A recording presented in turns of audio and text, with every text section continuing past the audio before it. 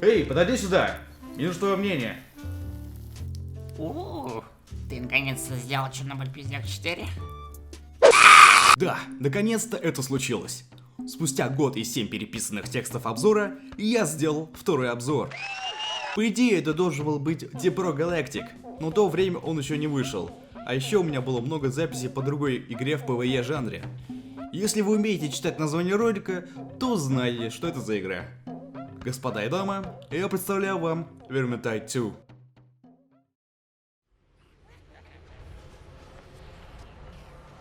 The time has come, people. The Skittergate guards have been thinned. The Rockblood forces lack leadership, and dear old Raskinit is off to hold some self-congratulatory victory speech. This is our chance to destroy the Skittergate. Aye! We're the bloody Ubers Reich 5! Or 4, that doesn't matter!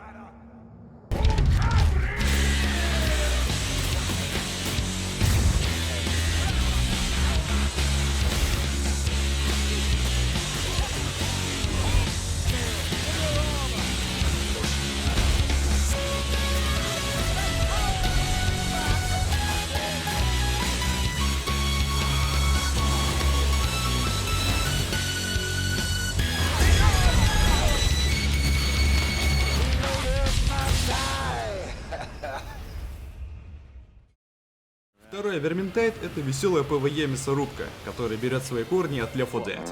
А то есть игроки идут из точки А в точку Б, выполняют задачи по пути и сражаются против искусственного интеллекта. В подробностях не буду раскрывать особенности Left 4 Dead, так как я надеюсь вы сами о них знаете. В Vermintide 2 игроку дают 5 персонажей, каждый из которых имеет по 3 класса. Но скоро каждый будет иметь по 4-му платному классу. Каждый персонаж имеет свой характер, свои приколы и геймплейные особенности. Например, Крубер просто хороший парниша и помогает своей команде, но немного туповат. Пустили по кругу, блядь. Дом выполняет роль футбольного мячика. О, иди сюда, детка! А также имеет собственный микстейп. Introducing his debut songbook. Where did we come from? Oh, Эльф только ноет очень много, страдает раком и имеет странные вкусы. What a Dracula's name is in this bottle. The unmistakable aroma of Ratman artifice and flame as well. Деда Витя одержим неким Сигмаром.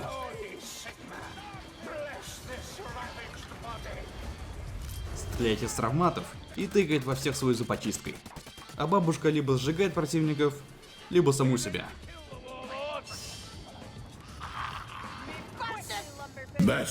Помимо классных персонажей, в игре есть хаб-локация, в которой наша компания вместе с дедушкой номер 2 и бабушкой номер 2 находит причину захуярить полчища фурей и ларперов. Тут можно найти такие места, как это дерево, вот этот котел для эндгейма, вот эту крутую ванну для гномика, комнаты персонажей,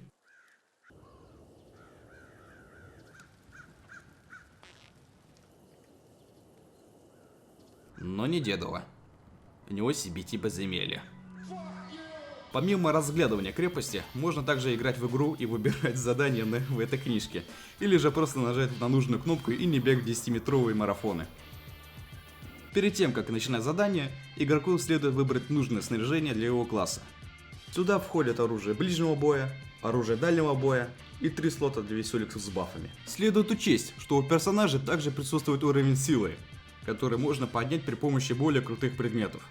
Сила — это параметр, который увеличивает мощь персонажа, и чем она выше, тем проще играть на высоких уровнях сложности. Чтобы получить более крутые предметы, нужно открывать больше лутбоксов. Не волнуйтесь, лутбоксы совершенно бесплатные, а их наполнение напрямую зависит от того, как много книжек и игральных костей вы собрали на заданиях. Итак, вы выбрали лучшую вайфу из 5 и рветесь кромсать полчища противников. Feels good to be burning something, doesn't it, Saltspire?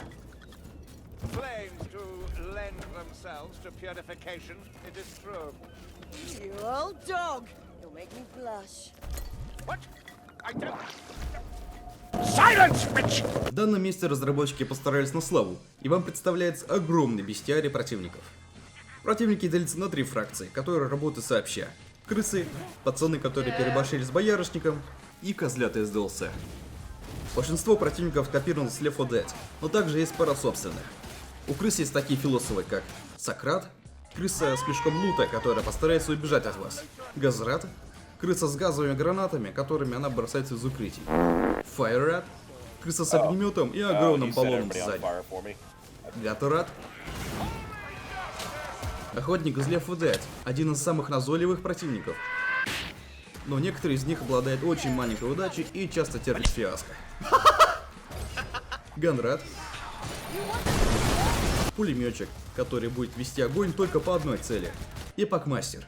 Что-то вроде курильщика из Left 4 Dead, но ему необходимо подобраться вплотную, чтобы схватить игрока. Что? Среди боссов крысы имеют таких противников, как Крыса-Огр, что-то типа танка из Left 4 Dead, но вместо того, чтобы кидаться булыжниками и разбрасывать машины, он прыгает. Штормфин, крыса-огр с огнеметом и гей-младенцем на спине. Медленный противник, которому следует бить в спину. Помимо боссов в игре есть лорды. Это тоже боссы, но они привязаны к уровням и бьются с игроками в их конце. У крыс есть Скарик, большая бронированная крыса с копьем, которой следует бить в голову, если у вас нет оружия, способного пробить броню. Ну или же также можно заплатить немного денежек и захуярить его в первую секунду. Следующий лорд — финальный босс оригинальной кампании. Раскнит на крысе-огре с миниганами. Достаточно трудный босс, так как помимо самих Брейна и Стимпи, вам нужно будет отбиваться от обычных противников. Силы хаоса не обладают видовой разнообразностью, но они могут причинить много проблем. Среди спешалов есть такие парни, как Блайтстормер, жирный дядя с книжкой, который создает ядовитый вихрь, который засасывает всех попавшихся и выбрасывает в случайную сторону.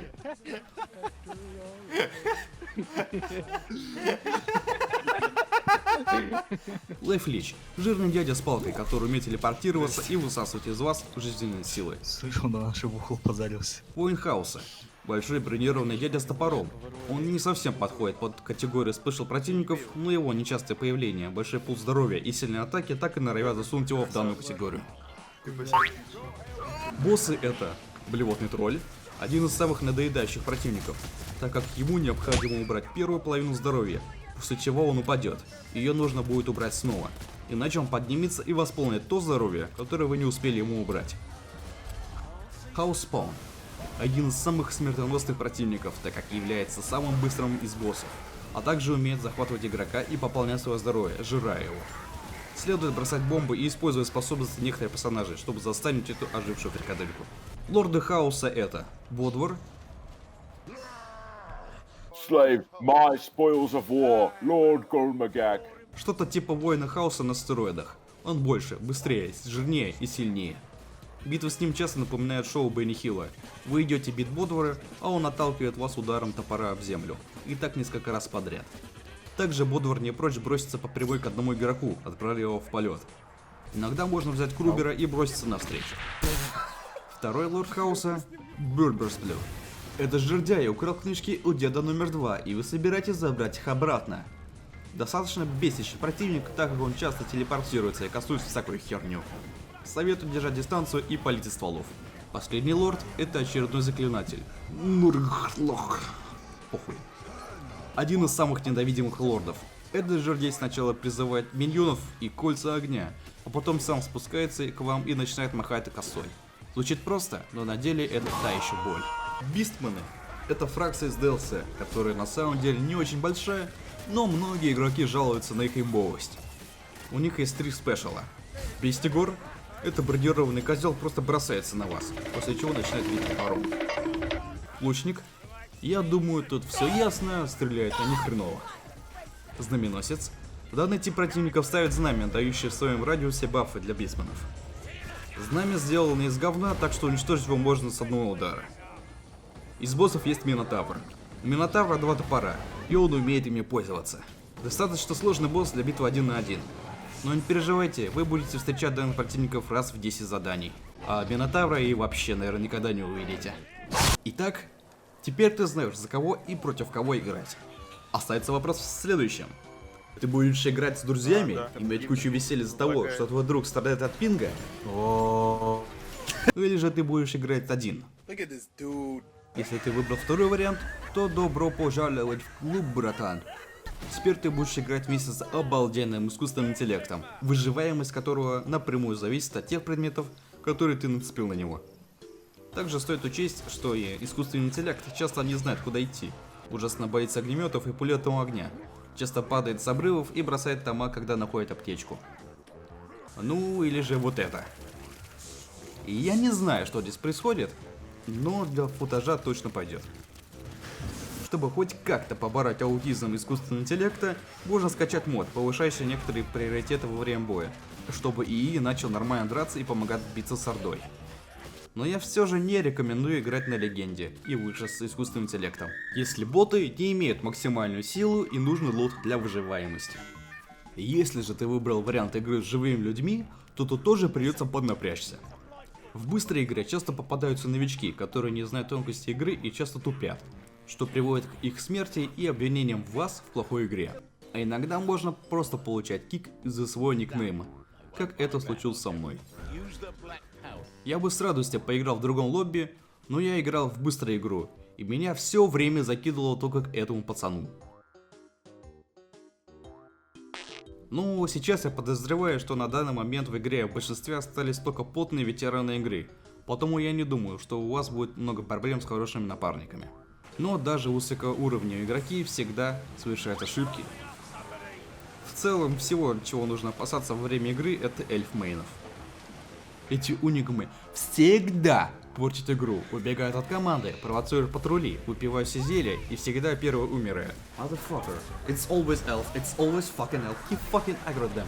Big brain elf main. А еще я не видел нормального эльфа игрока за все свои 450 часов игры. И мне сложно понять, почему люди так часто играют за эту болтливую эльфийку, которая уже всем успела надоесть. Но если вы знаете все тонкости игры, то вполне возможно пройти сложные задания втроем. Геймплей игры достаточно прост для освоения. Ты ходишь, режешь, блокируешь. Дальше идут более интересные механики, такие как пинги, увороты, меню быстрых сообщений, свойства оружия и так далее. До того, как появился Apex Legends и показал всем, насколько бывают классными пинги, Vermintide уже давно использовал эту механику. При помощи пинга можно помечать все, начиная от особых противников и заканчивая предметами на земле. Очень полезная вещь для коммуникации. Далее идет быстрое меню сообщений. Тут есть все необходимое для быстрого реагирования, без надобности что-то писать в чат. Увороты — это второй способ избежать удара противника и не потратить выносливость, как при блокировке. Умение правильно уворачиваться необходимо на высоких сложностях, когда просто блокировка не может часто спасать. Чтобы эффективно сражаться против орды, нужно знать свое оружие. У оружия есть много свойств типа прибивания брони и щитов, контроль толпы, разные мувсеты, эффекты типа яда и огня и так далее. К сожалению, большинство вооружений персонажа отбрасывается, так как оно не может предоставить что-то против оружия меты. Например, за бабушку вы, скорее всего, не будете пользоваться кинжалом из-за его маленького урона, а его способность заставить противника кровоточить и гореть не имеет никакой разницы, а только тратит выносливость. И тут приходит еще одна проблема – DLC. За покупку этих DLC вы также открываете доступ к новому оружию, и в случае с бабушкой вы открываете доступ к ее мете. Булава и кочерга – это, на мой взгляд, самое лучшее ее оружие. Очень жаль, что Fatshark закрывает доступ к оружию при помощи DLC. Но, что поделать. За свои многие часы игры я часто находил для себя что-то новое. Например, я не замечал, что вот у этого чувака броня только на голове, и что имеет смысл бить в тело, нежели в голову. Им наоборот надо в тело стрелять, у них броня на голове же. Это часов в игре.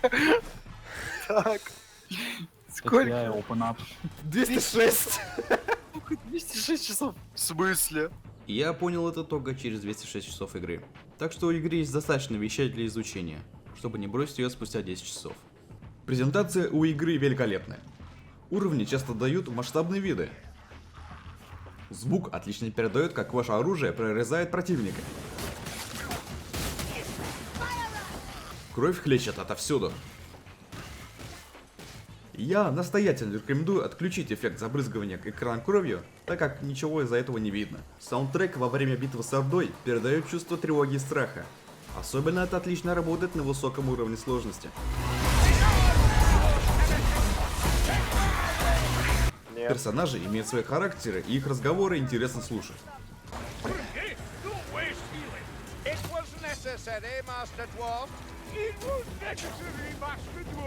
Все было бы прекрасно, но вот с оптимизацией Fatshark накосячили, и на высоких настройках графики очень часто происходит проседание кадров и тому подобное. Поэтому мои записи разнятся в качестве графики, так как мой старый ноутбук мог нормально работать только на минимальных настройках, а на новом ПК я могу комфортно играть на средних высоких. Вот пример сравнения минимальных и высоких настроек графики.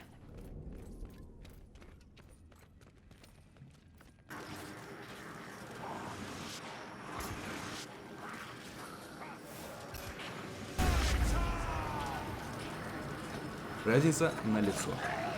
Также хочется пожаловаться на сетевой код игры. Очень часто у меня происходили лаги и вылеты из лобби, хотя с моим интернетом все в порядке и сервер был в моем регионе. Я часто долго загружался, хотя игра стоит на SSD, и в конце загрузки меня выкидывало из игры.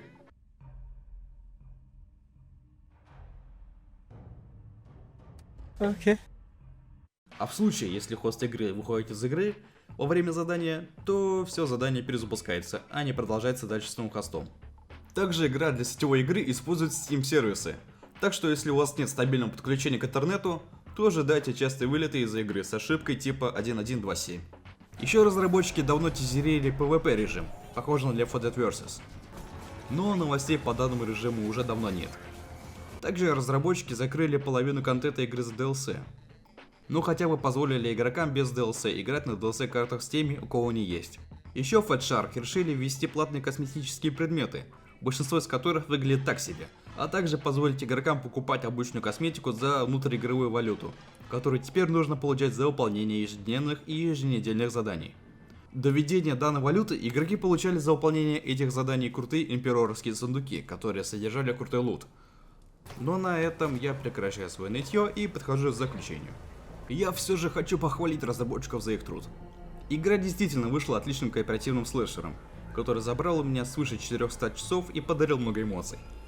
Теперь, когда большинство людей из Fatshark перешло на разработку следующей игры в этом жанре, Dark Tide, я могу с уверенностью сказать, что Vermintide 2 это хорошая игра, которая просто страдает от плохой оптимизации и контента, закрытого за DLC.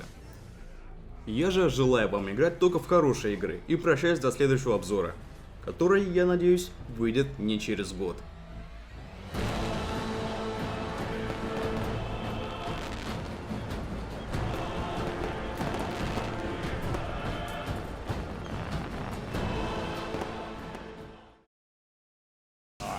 We've a leech by the sound of it.